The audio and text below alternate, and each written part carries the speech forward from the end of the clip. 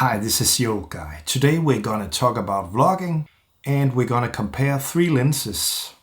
But let's test these lenses on a full frame with filters stacked on them and how you can get the least amount of vignette on full frame but also be able to not get any vignette on the crop. Even though they are crop lenses, they might vignette if you stack filters, as you see here. 16mm 1.8 full frame lens, weighing only around 300 grams. That's why we're taking it. The other 2 lenses that I'm going to talk about are not Sony lenses, but can be used on all platforms.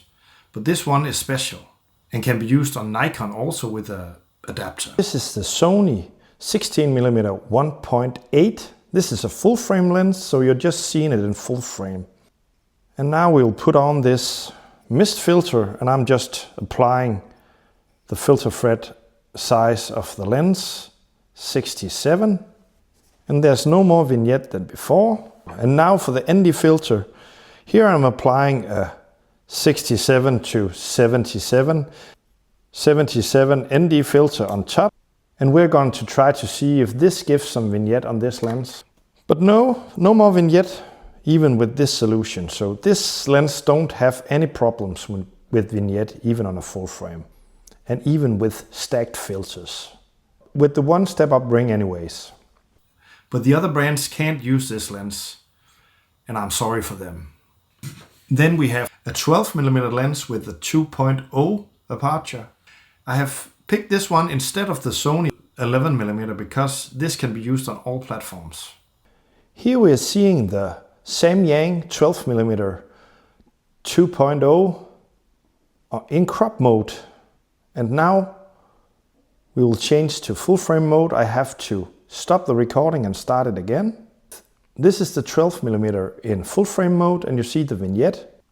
Now let's put on a mist filter like before. This time I'm just using the filter thread of the lens, which is 62, and putting that directly on the lens. The vignette is about the same, so that's fine. But if we want to use this variable ND filter again, we still need to step it up to 82. One from 62 to 67 and one from 67 to 82. And now you see some vignette. So now let's try to clear image zoom to get the vignette to disappear. And we have to go to 1.4 to make it disappear. And the last one, and the one you probably have been waiting for, is the Viltrox 9mm 2.8. And this is a very special lens, if you ask me, for all applications. But today we're going to try it as a vlogging lens and compare it to the other 2. Here I'm filming with the Viltrox 9mm 2.8 in crop mode right now. Now we're putting it in full frame mode. I have to stop the recording. It's in full frame mode now. As you can see, there's a lot of vignette. Let's see how much we have to zoom to make that vignette disappear. In about 1.3 times clear image zoom, I think it's okay with the vignette. And now let's put on a filter. This is a mist filter from K&F. It's a real thin filter, but I'm still stepping up the filter from 58 to 82. Let's see if that hurts the vignette. We still get away with 1.3 image zoom. Now let's put on a ND filter, a variable one from K&F. It's a thick filter, as you see here. And this might cause some trouble. Now we see some more vignette. And to get this vignette to disappear, we have to go to 1.4, then it's actually pretty good. So I would recommend to use this solution with a step-up ring before adding on filters on your Viltrox 9mm. I'm gonna vlog with this A7C2 because it shoots both crop and full frame mode, and it has dynamic active stabilisation. I'm gonna shoot it all by putting this little tripod on the camera like this, and then I can talk to the camera. But when I'm gonna vlog, it's nice to have this handle. And then instead of holding it up here, because that's pretty hard, then most of the time I'm just gonna put my elbow on top of my other arm and walk like this. And this is how I'm gonna vlog. And now after this lens stacking test, let's go to the garden and vlog. This is the Viltrox 9mm on full frame with a 1.3 clear image zoom, and that's the widest I can go without getting visible vignette. Maybe we should go to 1.4 to get rid of it all the way, but I'm gonna try to do active dynamic stabilization with the 1.3 image zoom. There's no ND filter, only a mist filter, and I'm walking like I showed you in the start. Let's try to do active stabilization and then active dynamic. This is with active, that you see the corners don't look that bad, but as we saw before, you don't get the vignette as I showed you in my last video when you do a clear image zoom of about 1.3. Let's do the active dynamic stabilization.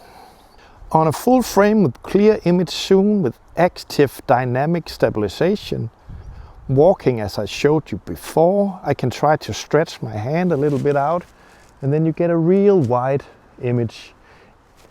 This is wider than if you go to crop mode, and about as wide as a crop mode with just active stabilization.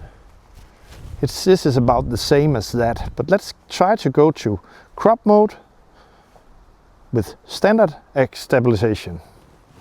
This is crop mode with just the sensor stabilization on. And if you want crop mode with active dynamic stabilization, as I mentioned, you have to have one of three cameras, the CVE1, the FX2, and this one, the Sony A7C2. And the CVE1 can only do 1080p in crop mode. Today the weather is gray, so I don't need an ND filter. But if I were to put an ND filter on this one in full frame, that's the last thing we're gonna try with this lens. And this is 1.3 clear image zoom with the ND filter on. And if I go to 1.4, there's still a little bit of vignette, but you can get away with 1.5, and that's the same as the crop. This is in standard stabilization with only the sensor stabilization on, so there's no cropping in. So as you see here, even just to get a variable ND filter on, you have to clear image zoom down to 1.5.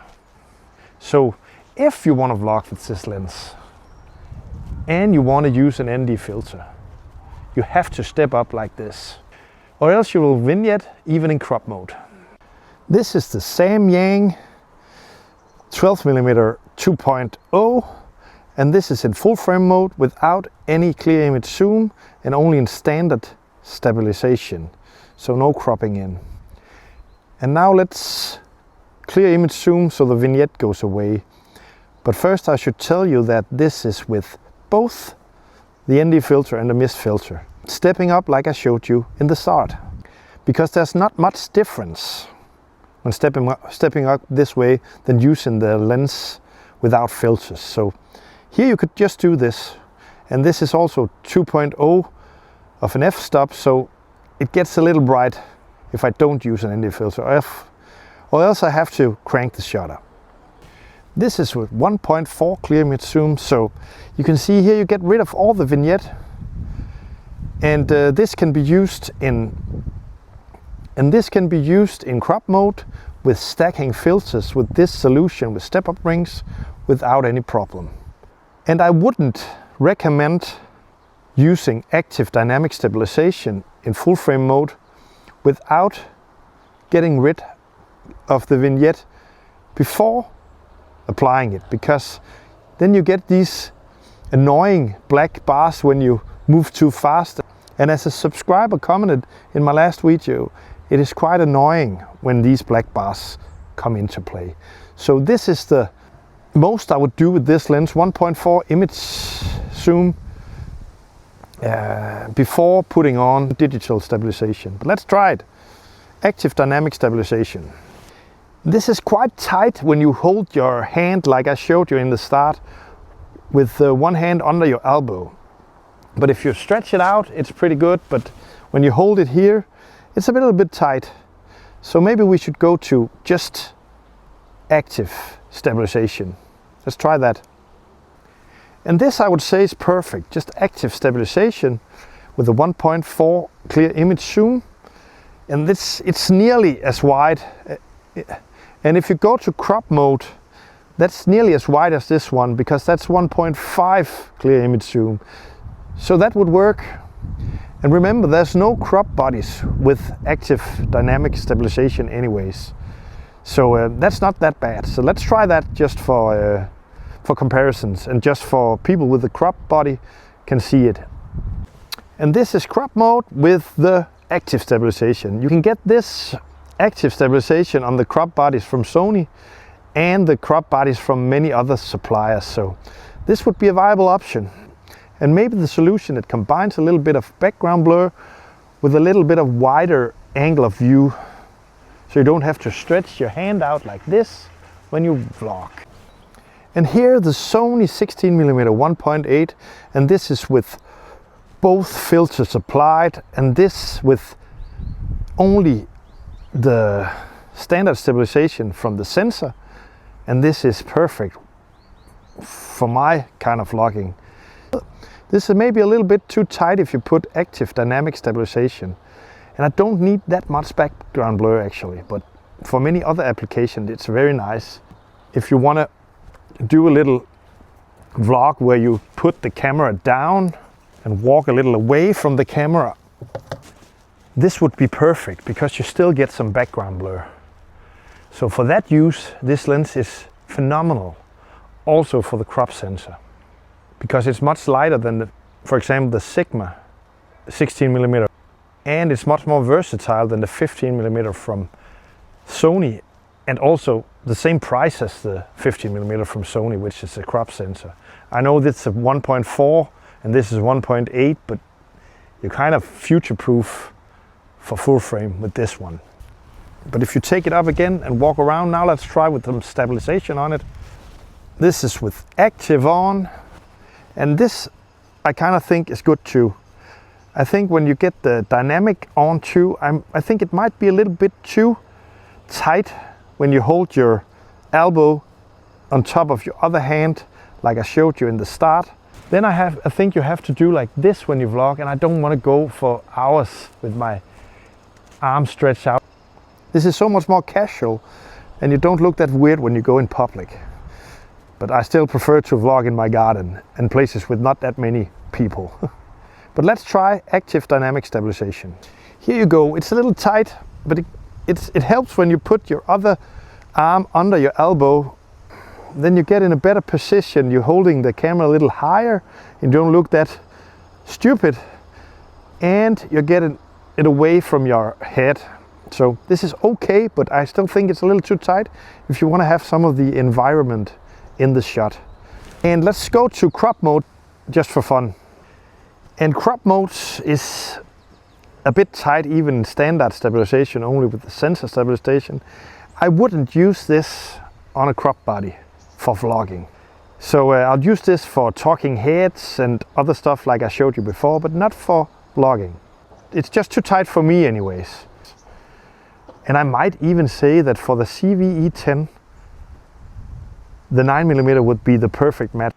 And just for reference, here is the Action 4 with a +4 diopter filter on to give me the nearer focus point, because or else if I keep it too tight like I showed you before with my elbow tucked on top of my other arm, I might not be in focus. But with these diopter filters on, I'm in focus. And this is by far the most easy way to vlog, and with the least friction of all the solutions. You can use the same mic, the DJI mic Mini. I use that on the other vlogs too. But let's go to the studio again. And now we're back to the studio. With all my vlogs I use these DJI mic Mini microphones because they're easy and have the least friction. And especially on Sony, they're pretty easy to set up without cords. But I'm not here to tell you you should vlog on Sony. That's why I showed you some lenses that can be used on all brands and all systems. And if you're not using full frame, I would recommend either the Samyang 12mm or the 9mm Viltrox. And if you're using the new CVE 10 Mark II with only digital stabilization, which crops in a lot, I'll take the 9mm. And if you want to use filters, treat it like you're on a full frame to avoid vignette.